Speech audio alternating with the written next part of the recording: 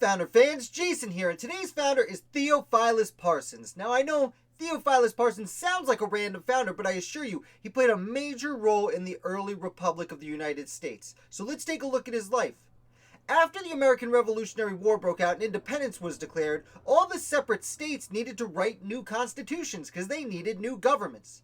Massachusetts was no different, and its first government, the first constitution that was written in 1778, was very democratic. A little too democratic, because certain people did believe that you needed a strong central government, even if that strong central government was at the state level, and Theophilus Parsons was one of these people. This teacher-turned-lawyer was still in his late 20s in 1778 when the debate arose on ratification of Massachusetts' first constitution, and Theophilus Parsons came out strongly against this constitution, and many of his writings and speeches help organize around him the resistance to this too democratic constitution, to the point where he formed his own little political party in Massachusetts. Now, he and many of the people who were leading this unofficial political party were from Essex, Massachusetts. So both John Adams and John Hancock started referring to this group as the Essex Junto.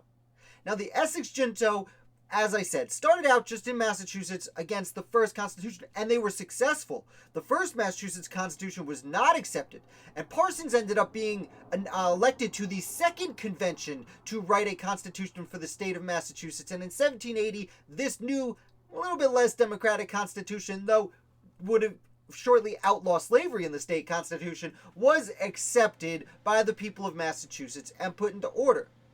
But the Essex Junto didn't just die out.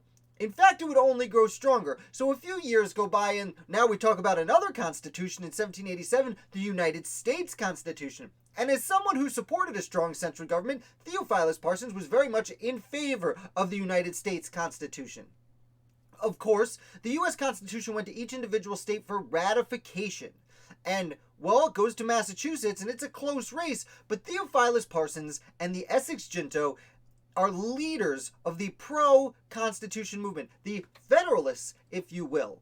And to the point where Theophilus Parsons actually publishes an essay called Conciliatory Resolutions. Now, I will say Conciliatory Resolutions was published under a pseudonym, but all signs point to it being Theophilus Parsons that published it. And the Conciliatory Resolutions called for amendments to the United States Constitution after it was ratified. And many of the leaders who were anti-federalists, like Sam Adams and John Hancock, yes, they fell under not the Constitution category, they were satisfied with the fact that there were leading Federalists who also agreed that some amendments should be taken, including a Bill of Rights, to the United States Constitution once it was ratified. And it is thought to a large degree that it was the writings and work of Theophilus Parsons that led to Massachusetts, which at the time was one of the, say, top 3 most important and powerful states. His work led to Massachusetts ratifying the United States Constitution. Now, Philus would start taking a back seat to other leaders in the Essex Junto at the time, but let's just say that as very strong Federalists, the Essex Junto definitely supported pretty much everything Alexander Hamilton had to say. Now, Alexander Hamilton was, of course, from New York, and he was never an official member of the Essex Junto, but they loved him. He was certainly their role model. And again, in the early years of the Republic, Federalists were strongest in New England, and of course, the Essex Junto ended up running the New England branch, as it were, of the Federalist Party. And in effect, Theophilus Parsons and his entourage there dominated national politics throughout the first decade of the American United States government under the U.S. Constitution. This, of course, is not just Alexander Hamilton, but many people made it into George Washington's cabinet. Most notably, Timothy Pickering was from Massachusetts and a member of the Essex Junto, and he would be kept on under the John Adams administration, eventually fired by John Adams, who agreed with Hancock and, as I said, called them the Essex Junto, and really, by the end of his presidency, did not like what these guys were doing, but nonetheless, the Essex Junto, like I said, guided the Federalist Party.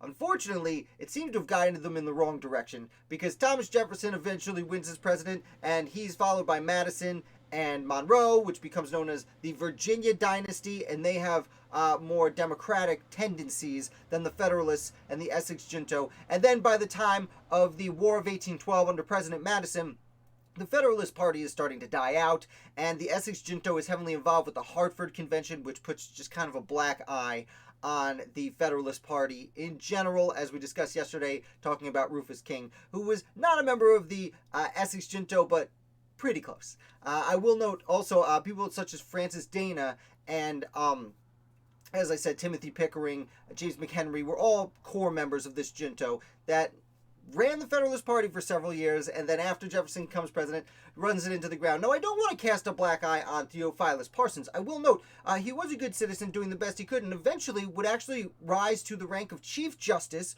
of the Massachusetts Supreme Court. So while the Essex Junto did get a hold on national politics, Theophilus Parsons himself never actually participated at a federal level. Instead, as I said, ran the court system in Massachusetts as Chief Justice of the state court. So I hope you enjoyed this video. If you did, definitely hit like. Make sure you subscribe for videos 5 days a week, and I will be back with another founder for you tomorrow.